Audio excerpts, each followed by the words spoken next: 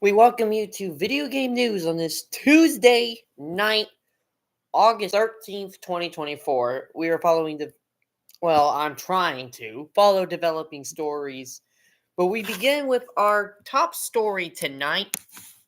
Our top story tonight via IGN is Gearbox's CEO's response to backlash over the Borderland movie's current bomb in the box office. Of course, this is it devastating box office. Ignore my. They found The film only pulled in 8.8 million in the U.S. and North American box office. Let's rephrase that. North American box office and 16.5 million. For comparison, Deadpool and Wolverine, the newest installment of the Deadpool franchise, which, by the way, just hit the $1 billion mark on its opening weekend, it pulled in 96 million. And of course, sources tell the iconic IGN website that a significant portion of Borderlands' $115 million budget and $30 million marketing and distribution costs are already covered by international pre-sales. Pritchard worked as an executive producer, which this is Randy Pitchford, the CEO of Gearbox.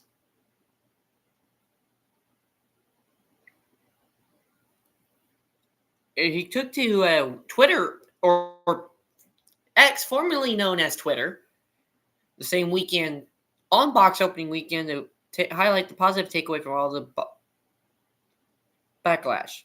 So, and here's what the post said. So what you're saying is you like my friends and I do with our Borderlands video games even more than some of the biggest and best cast and crew and filmmakers on the planet have done. I'm super flattered. We're working on hard for you on what's next. And this, according to IGN, this is a potential hit to a Borderlands 4.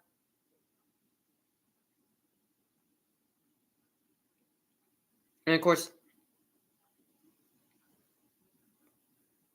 he told IGN in February that they were working on the greatest thing they've ever done. Of course, Take-Two Interactive acquired Gearbox for $460 million and then also confirmed a new Borderlands was in development.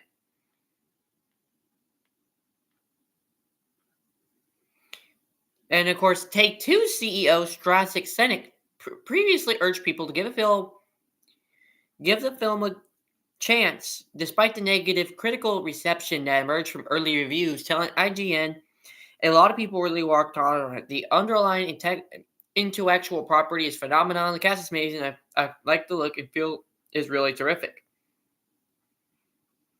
And of course, it's had a rough start on both parts, with IGN giving it a 3 out of 10.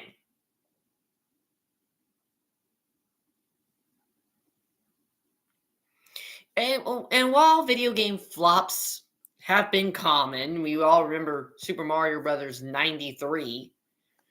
This is actually an outlier in an era where video game movies are actually doing really well. This is one of the rarest times that I've ever seen in recent years that a video game movie actually fails to actually live up to the hype. We've seen this before with the newer Resident Evil movies. We've seen this in the past, but in recent years, video game movies have always been on the up and up with some really good ones coming out. I'm still gonna give it a chance regardless. It's a video game movie. But let's see what happens here. It is, like we said, it was still opening weekend. It is also the end of summer. Turning gears from that for a second, speaking of video game movies, a lot of rumors have been speculating about Sonic the Hedgehog 3 trailer sometime dropping this month. And fans are very impatient. Even I'm a little impatient, but I'm going to say this. Fans need to calm down for a second for this trailer. I don't care what happens. we need to calm down. There are already memes about it and all that stuff. Just give it time. We only got 4 months till release. And remember, when it came to A Quiet Place and If, the promos for those two movies respectively started in February during the Super Bowl. So give Paramount a chance to catch up with all their other movies that they're excited to release. Because remember, this movie, you got to get this trailer for Paramount. They got to get this trailer right. And if they can get it right the first time, it will still be a good movie regardless. It has an all-star cast. It has one of the best all-star casts we've seen in years. But keep in mind, it's not the fact that it's what frustrates me is everybody's listening to the leakers. Let Paramount release it on their time frame. Remember, this movie is releasing during a holiday weekend that we'll be seeing, obviously, Mufasa. And originally it was also going to feature Avatar 3. So keep that also in mind as we keep shifting through the wait for an actual trailer. We'll keep you updated on that, but a lot of rumors speculate it could be sometime this month. I say just let it come whenever it comes. In other news, developers are, according to give me 1 second.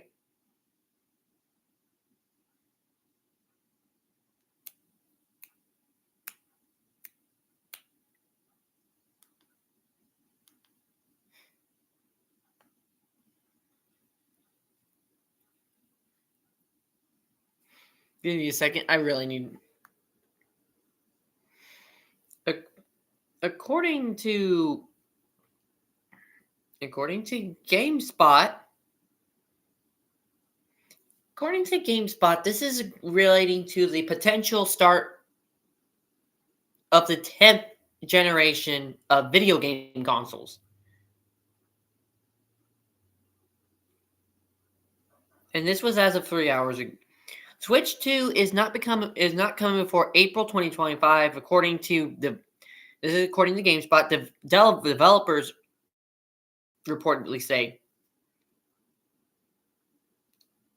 this is a number of developers believe the next Nintendo console may not be released until 2025. When speaking on the GI Progress podcast, journalist Christopher During sought to clear up a popular rumor that the Nintendo successor to Switch may be released by the end of its fiscal year, which is March 31st of next year.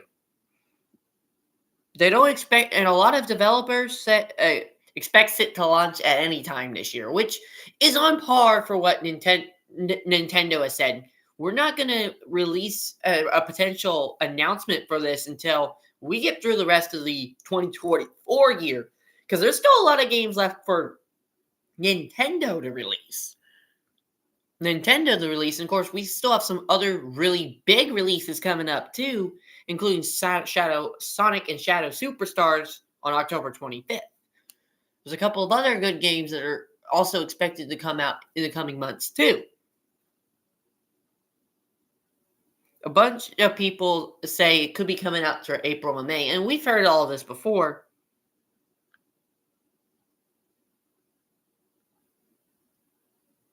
And of course, Nintendo already announced they were going to reveal it at the end of the fiscal year.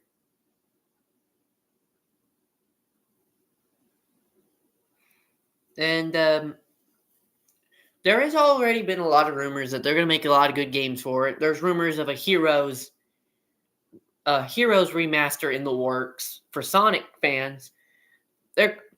There also talks about making the Switch 2 backwards compatible with the original Switch consoles, because it's not going to change much. This is going to be not like a Wii U to Switch thing.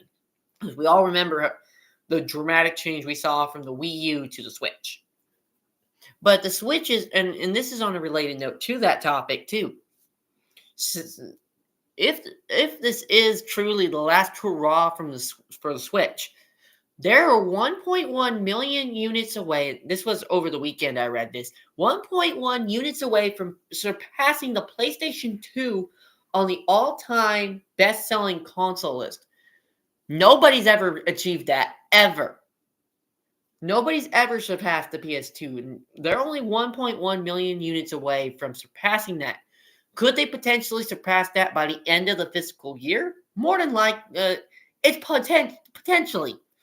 Will it actually happen now that we're getting closer to a potential reveal for a Switch 2? Probably not. And to me, we just got to give it time. We just got to give it time. Everybody says we just got to give it time. And it will. We just got to give it uh we have to give it a lot of time. Give it time. Meanwhile,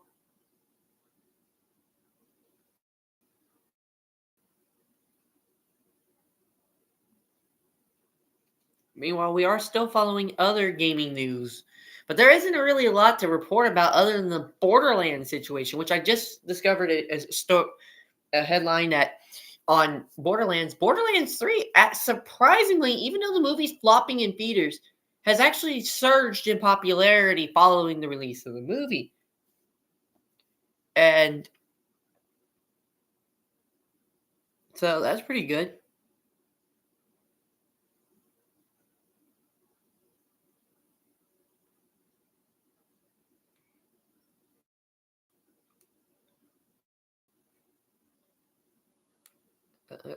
But there.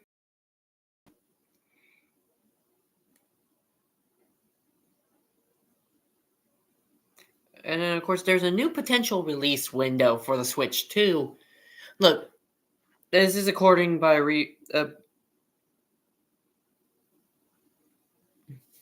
some Nintendo partners were reportedly not to expect. Obviously, we read this is probably.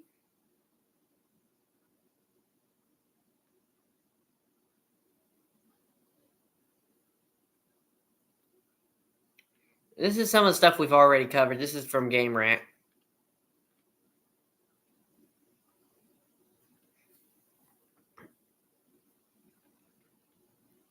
So, but there isn't much video game news today. However, we should be getting closer to Gamescom here at the end of the month. There could be a lot.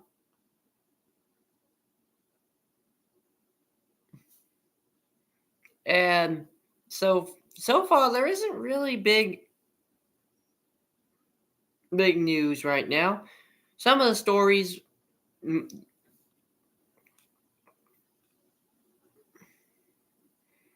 But right now, there isn't a lot of big news.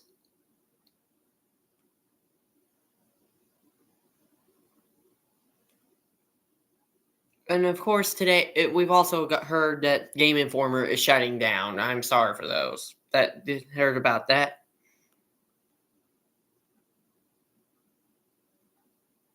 But there really isn't no major video game news to speak of on Tuesday night. And this was kind of spur of the moment, looking this stuff up. We will get more. We'll have more stories to tell tomorrow evening on video games, on video game news. For now, I'm Joshua Hogan, signing off.